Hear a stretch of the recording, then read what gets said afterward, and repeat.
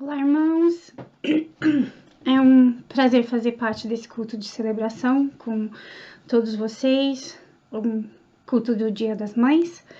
Para quem não me conhece, meu nome é Daniela, eu sou filha do pastor Auri e da Dete. Eu sou casada com o John e sou mãe do Timothy. Eu gostaria de começar essa palavra de hoje falando um pouquinho do ministério que a gente tem aqui no País de Gales. Eu e meu esposo, nós temos um ministério com crianças desde 2010, crianças, a maioria na idade escolar. E quando o nosso filho nasceu em 2015, nós realizamos que não existe muito material cristão para idade pré-escolar. Meu esposo já tinha no coração dele a vontade, o desejo de fazer alguma coisa nesse sentido, e nós pedimos a direção de Deus, e a partir daí o True Way Kids, que significa o caminho verdadeiro, começou. Então, em 2019, nós começamos a produzir lições bíblicas para pré-escolares, primeiramente em inglês, e depois nós traduzimos para o português, e alguns meses depois para espanhol e francês. E hoje as lições já são traduzidas em mais de 20 línguas e já alcançou 196 países diferentes. At True Way Kids, our goal is simple: to make it as easy as possible for you to teach children the Bible. Our lessons are easy to understand, fun to do, and free of charge. All our lessons are Bible-based, educational, creative, and printer-friendly.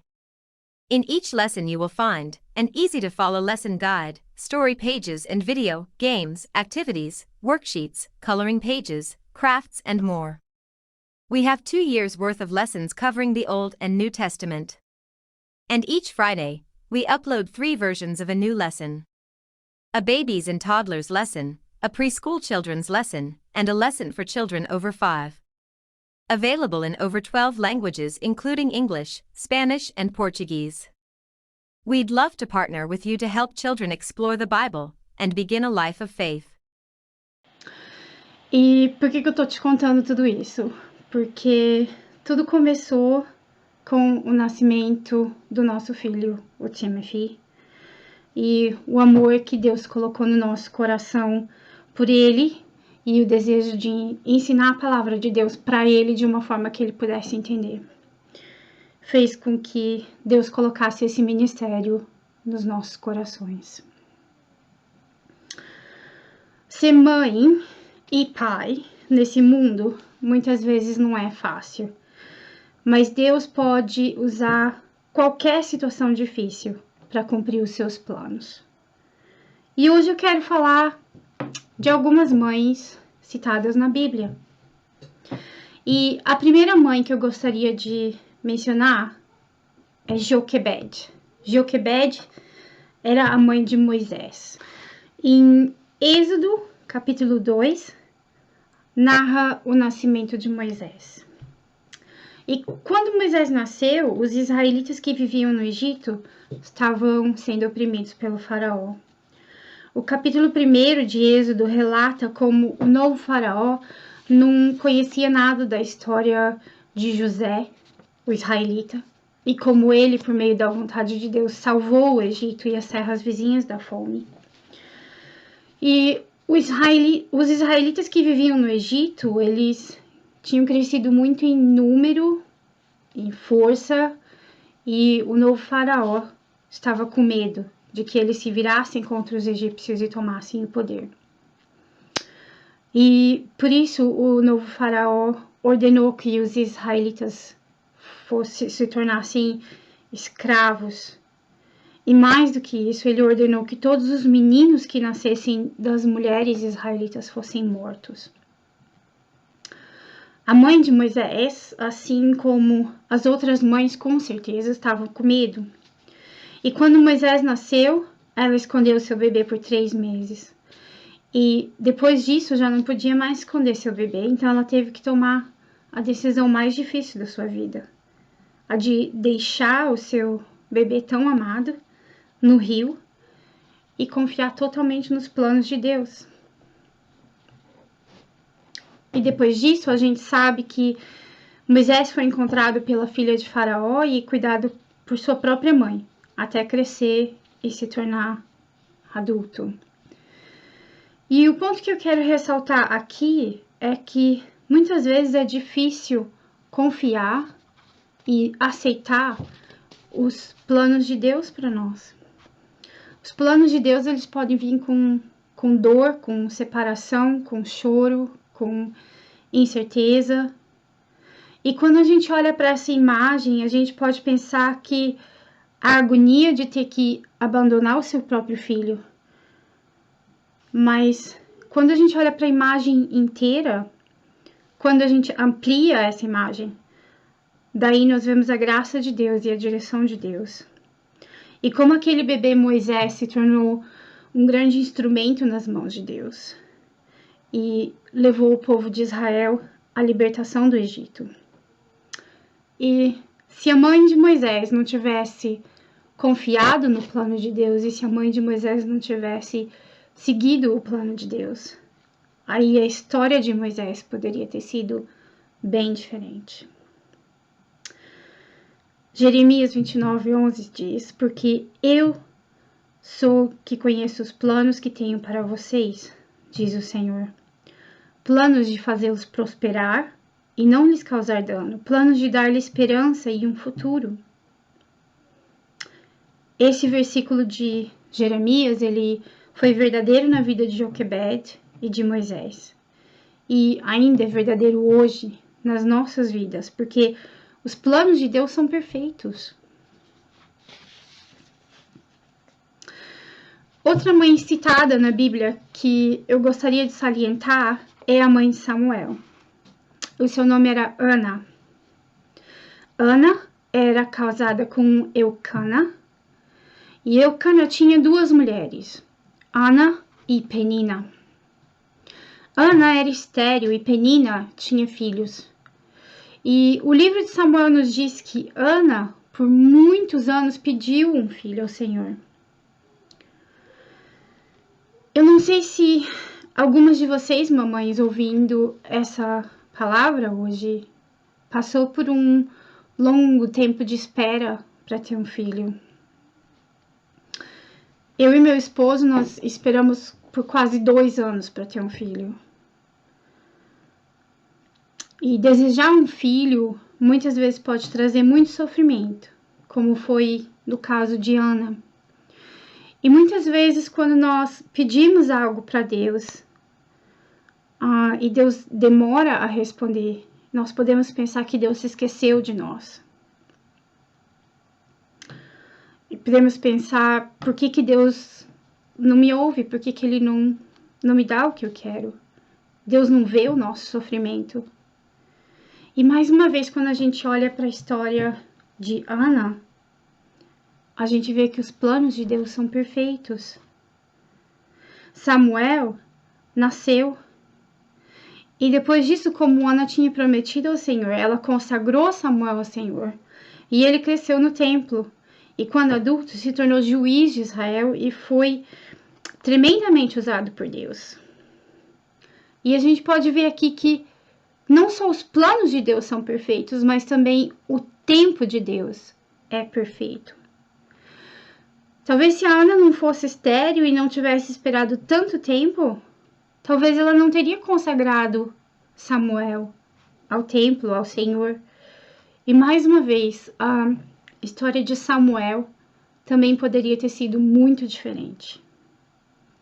Então, a história de Joquebed e Moisés nos mostra que o plano de Deus é sempre perfeito. E a história de Ana e Samuel nos mostra que o tempo de Deus é sempre perfeito, mesmo quando nós não enxergamos dessa forma. E eu queria citar mais uma mãe que está na Bíblia, que é a Sara. Sara, esposa de Abraão, mãe de Isaac. E a Sara, assim como Ana, também era estéril. Também sonhava em ter um filho há muitos anos. Em Gênesis capítulo 15, verso 5, Deus promete a Abraão um filho. Ele diz a Abraão: olhe para o céu, conte as estrelas, se é que pode contá-las. E prosseguiu: assim será a sua descendência. Deus revelou seu plano para Abraão e Abraão confiou nos planos de Deus. Mas Sara, no capítulo 16, decidiu que iria resolver seu problema sozinha. E decidiu dar a sua serva, Agar, para Abraão para poder ter um filho. E Ismael nasceu.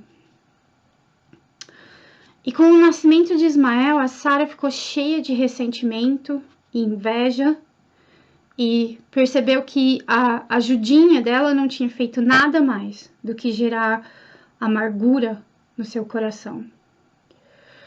Deus já tinha revelado para Abraão e Sara. O seu plano era perfeito. Ele não precisava de ajudinha nenhuma. Mas Deus, em sua infinita graça, mais uma vez, no capítulo 18, prometeu um filho para eles. Eles já eram muito velhos, e a Bíblia nos diz que Sara riu da promessa de Deus.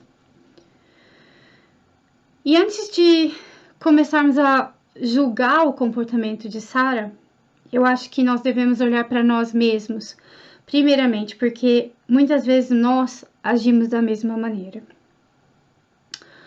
Porque todos nós temos uma natureza pecaminosa que nos separa do amor de Deus, que nos faz duvidar dos planos de Deus. E como Sara, nos faz até mesmo rir dos planos de Deus. Isso nos mostra que os planos de Deus não são somente perfeitos, mas cheios de graça e misericórdia.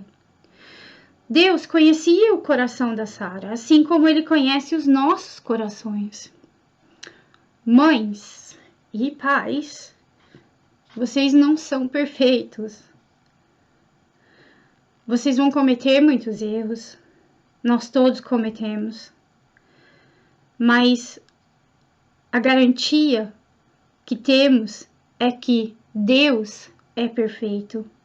E que quando entregamos a nossa vida e a vida de nossos filhos nas mãos de Deus, Ele muda a nossa história para uma história de salvação, para uma história perfeita, um plano perfeito, que foi elaborado muito antes de nascermos, um plano de restauração, de graça, o mesmo plano manifestado na morte e ressurreição de Jesus na cruz.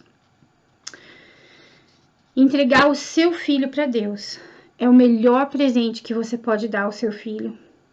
Confiar totalmente nos planos, na vontade e no tempo de Deus na vida dos seus filhos é a garantia do amor e das bênçãos de Deus sobre a vida de nossos filhos.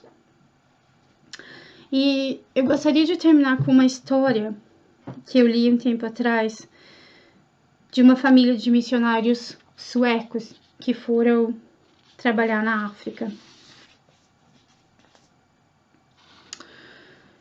Em 1921, um casal de missionários chamado David e Svea Flood foi com seu filho de 2 anos da Suécia para o coração da África. Eles encontraram outro jovem casal escandinavo, os Ericssons, e os 4 buscaram a orientação de Deus. E naqueles dias de muita devoção, sacrifício, eles se sentiram guiados pelo Senhor a sair da estação principal missionária na África e levar o evangelho a uma área remota na vila de Ndolera, onde eles foram repelidos pelo chefe que não os deixou entrar em sua vila por medo de alienar os deuses locais. Os 2 casais optaram então por subir 800 metros em costa acima, construíram suas próprias cabanas de barro e eles oraram por um avanço espiritual, mas não houve nenhum. E o único contato com os moradores que eles tinham era um menino que podia vender galinhas e ovos para eles 2 vezes por semana. Svea Flood, uma mulher pequenina de apenas 1,20 m de altura, decidiu que se esse fosse o único africano com quem ela podia conversar, então ela ia tentar levar ele até Jesus. E de fato, ela conseguiu. Mas não houve muitos outros incentivos, e enquanto isso a malária estava atingindo o povo daquela região. E com o tempo, os Eriksons decidiram que já havia sofrido o suficiente e partiram para retornar à estação central da missão. David e Svea Flood permaneceram perto de Ndolera para seguirem sozinhos.